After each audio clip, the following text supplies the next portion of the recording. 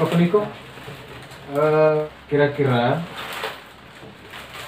untuk selama ini sejak tahun 2020 kemarin itu mulai, apakah setiap hari secara profesionalnya 2020 ya, tapi 2020, kalau ya. proses pengerjaan seperti ini sudah lama juga ya Mama ya? Ya.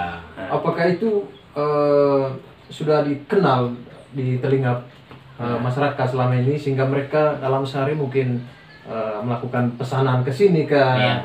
Apakah selama ini memang gitu ada pesanan dari luar kan? Atau bagaimana proses pemasarannya? Mungkin begitu. Proses pemasarannya ya. Iya. Proses pemasarannya ke Terima masyarakat. kasih. Apakah harus dibawa ke pasar? Ya, jadi selama kami kerjakan memakai bahan ini, memang semuanya lewat pesanan gitu. Iya. Atau kalau tidak, kami sendiri yang jual. Oke. Nah, mungkin saja terakhir dari saya tadi itu punya keluhan gitu. Oke. Oh, iya. Punya keluar. Karena tahulah bahwa bahan bakunya ini membutuhkan modalnya itu Oh. besar. Hitungan untuk beli bahannya ini hitungan jutaan. Oh, jutaan ya. Karena satu ini saja harganya di toko itu 70. 70.000. Satu roll ini. Dia bisa menghasilkan berapa? Ya, itunya tadi yang kita bicara. Oke, Nah, baik. satu roll ini kami itu cuma dapat setengah dari harga modalnya itu. Oh, iya. Nah, sengajalah kami tidak terlalu kecewa untuk berikan dari kami sendiri juga untuk mengeluarkan harga dibanding tadi dengan yang saya ceritakan itu kami hanya pakai bambu. Bambu. Rasanya itu tidak ada sedikit pun untuk kami, Untuk hanya kami. betul-betul untuk mengisi Iya. waktu. Iya, iya. Nah, dengan adanya tali ini, Ya. biar sedikitnya untuk kami, tetapi kerjanya satu kali saja, Satu kali saja. langsung selesai. Ini sudah langsung jadi seperti voli Iya. dia ini. Dibanding Kalau voli kerja prosesnya prosesnya tebang dulu, banyak lagi hal. Iya, ya itu. Jadi butuh waktunya sangat lama sekali Oke. untuk bisa mencapai atau bisa jadikan satu keranjang seperti itu. Oh itu. Lama sekali untuk prosesnya itu. Oh.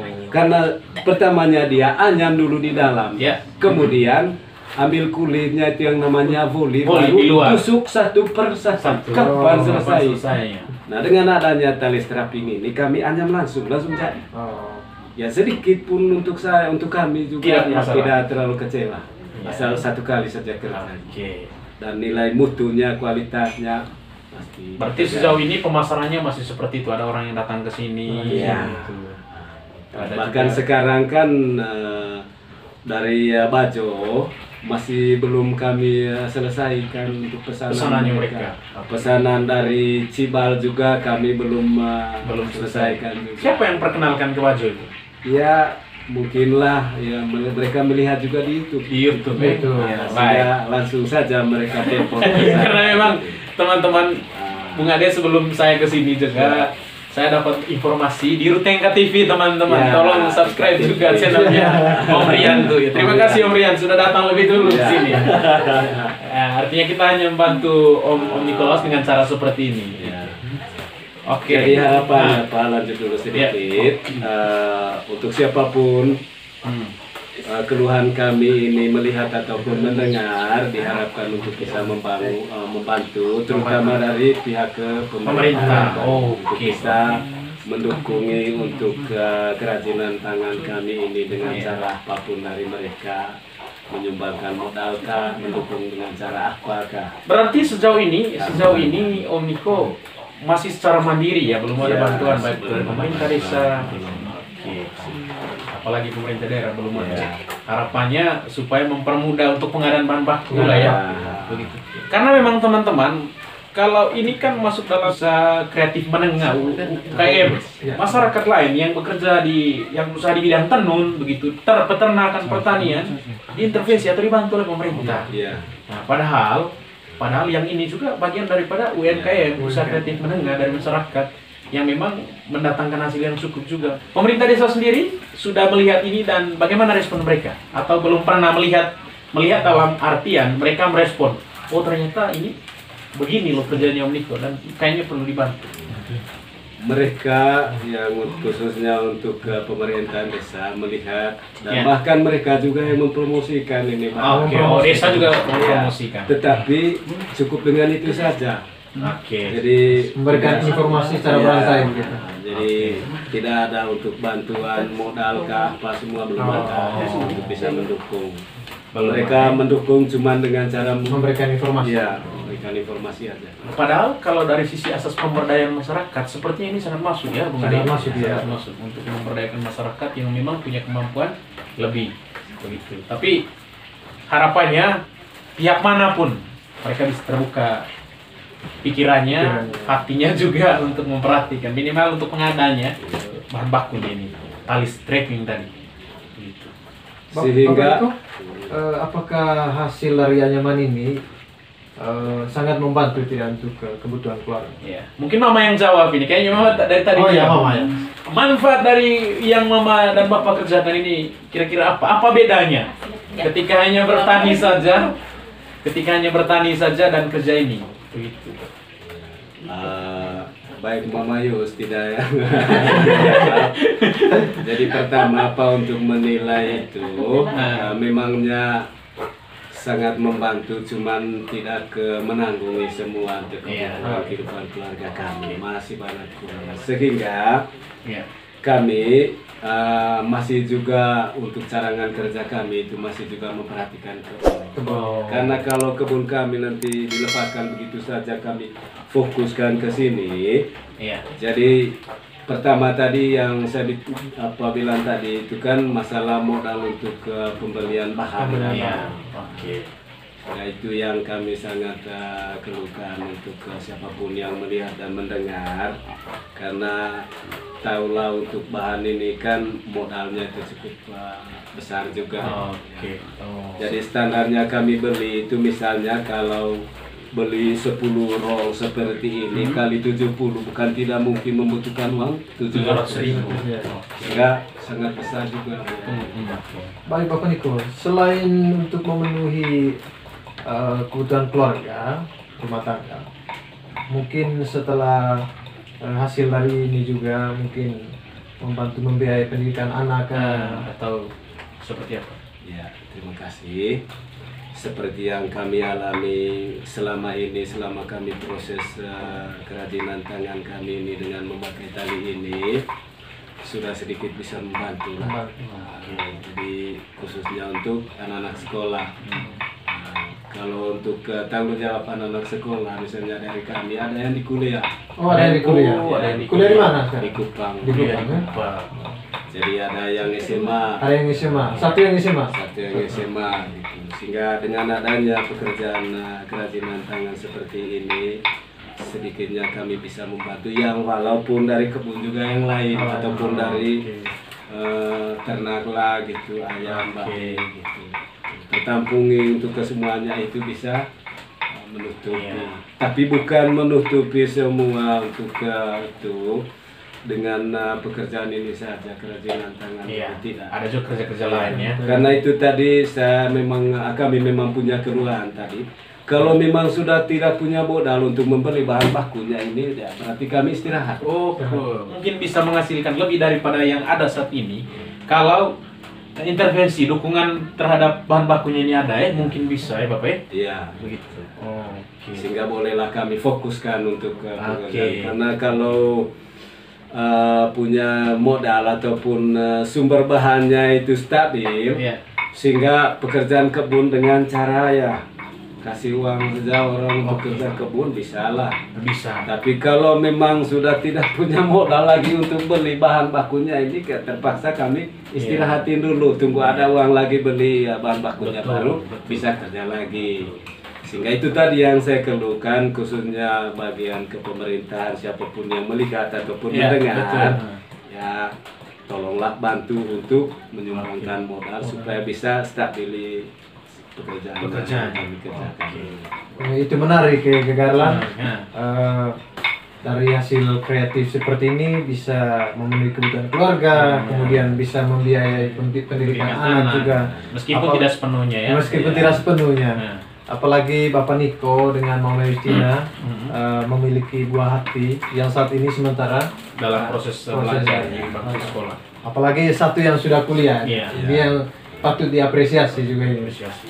Dan menurut saya alasan terpenting dari pemerintah juga mendukung kinerja dari Bapak Niko ini itu tadi ia mempertahankan sebenarnya tradisi kita orang Manggarai. Tradisi, ya betul. Itu Roka. Kita tidak berarti mendiskreditkan orang Jawa atau tidak menerima hasil kreativitas dari orang Jawa. Tapi kalau misalnya ada dari orang kita sendiri, gitu, mengapa kita harus beli di orang Jawa atau orang Makassar atau orang lain? Kita tidak berarti menganggap mereka punya tidak bagus, tidak baik. Tapi kalau ada kita punya sendiri, kenapa kita tidak dukung? Gitu. Mungkin Bapak Niko juga perlu menyampaikan kenapa orang Manggarai itu harus beli hasil dari sesama orang Manggarai. Kenapa mereka harus beli di Bapak Niko dengan Mama Justina? Oh iya, pertama mungkin saja melihat daripada kualitasnya. Nah, karena terus terang, seperti siapapun yang pernah beli untuk semua jenis-jenis hasil kerajinan tangan kami ini, pasti mereka alami bahwa benar ini yang kuat. Karena pertama seperti yang saya contohkan ini yang namanya keranjang. Ketika taruh beras ataupun pasir sampai penuh ini, diangkat begini, dia tidak jebol. Karena ini keras. Nah, cobalah kalau yang bahan bakunya itu lembek, maka terjadilah penjebolan ketika menaruh barang. Kemudian tali pegangnya juga tidak putus, tidak mudah putus. Tidak mudah putus, dia kuat. Anyaman bahannya juga yang sama ini untuk tali pegang. Kemudian punya kunci. Kalau memang tidak punya barang di dalam ataupun sedikit barang di kunci. Keren juga ya. Iya, kunci gitu. Kalau barangnya penuh, ya biar lepasin gini saja. Menurut Bapak Niko penting tidak orang Manggarai itu mendukung sesama Manggarai? Iya. Memang kalau menurut saya ini Pak benar harus dukung ini karena ini melihat daripada dia punya motif. Ini motif lokal orang tua. Jadi jangan sampai kehilangan motif-motif doreng ini dari orang tua yang kalau memang tidak tersambung untuk zaman sekarang, maka cuma disebut-sebut saja nanti orang-orang muda mana yang namanya itu doreng, motif doreng. Nah, dengan tetap kita sambungi untuk yang namanya motif lokal orang tua kita ini sehingga anak-anak muda sekarang bisa tahu bahwa ini yang namanya doreng. Ini yang namanya sedu gitu. Ini yang namanya keranjang gitu. Sehingga anak muda bisa tahu gitu. Sehingga kita bangkitkan kembali ini untuk motif-motif lokal orang tua. Roka, kalau untuk istilah Cibalnya Roka, kalau istilah Rahongnya Roto. Roto yang saya tidak tahu atau pribadi atau dia dari kampungnya Manggarai Timur Roka. Roka juga. Manggarai Barat Roto. Akhirnya Mama bersuara juga. Satu hal yang menarik, sedikit waktu kita ngobrol nih teman-teman. Lihat ini. Tadi kalau ada yang fokus kepada apa yang dikerjakan oleh Mama Justina, tadi ini masih belum terlalu rapi, tapi 10-15 menit proses pengerjaan sudah rapi. Artinya ini makanya ini yang membuat Mama Justina juga tertarik. Cuma geser penemen tang kita, cuma kerjanya kerja Roka begitu. Atau mungkin sisi lain juga dorongan dari Bapak Niko. Iya, memang suami dan istri itu ibarat kata Bung Karno, dua sayap burung yang sama manfaatnya. Harus sama-sama bekerja ketika memang ingin terbang lebih tinggi. Zaman yode lelap sama karehang.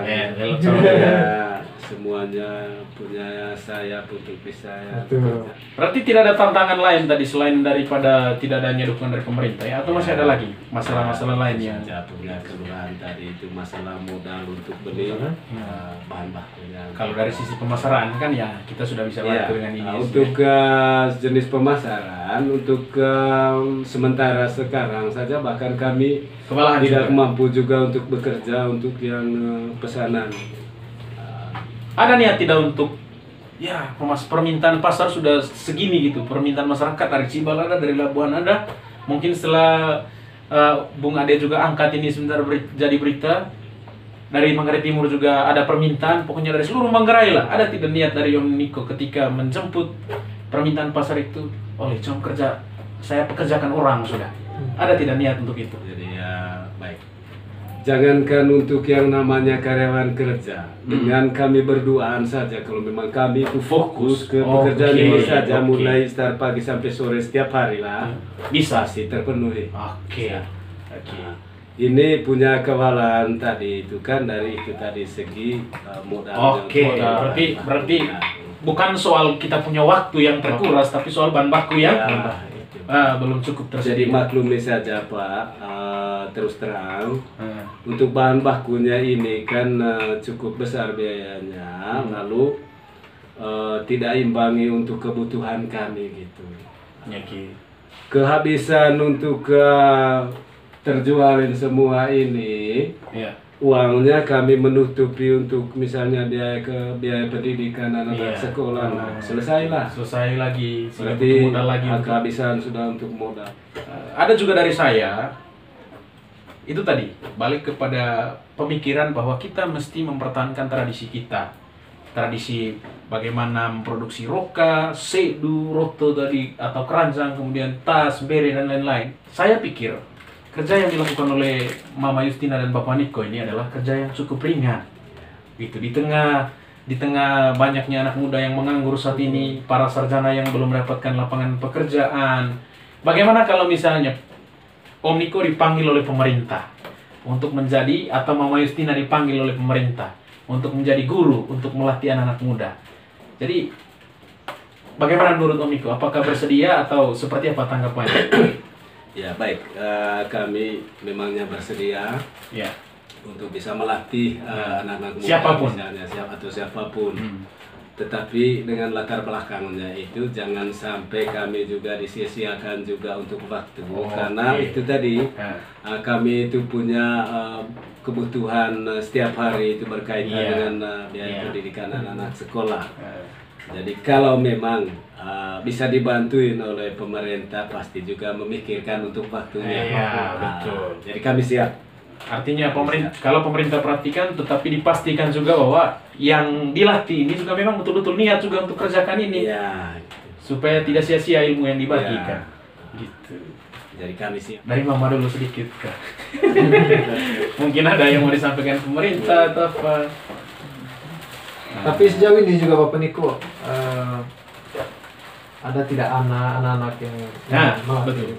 Yang pertama sekali kami sebenarnya tidak bisa tahu ini motif apa, motif Ndoreng.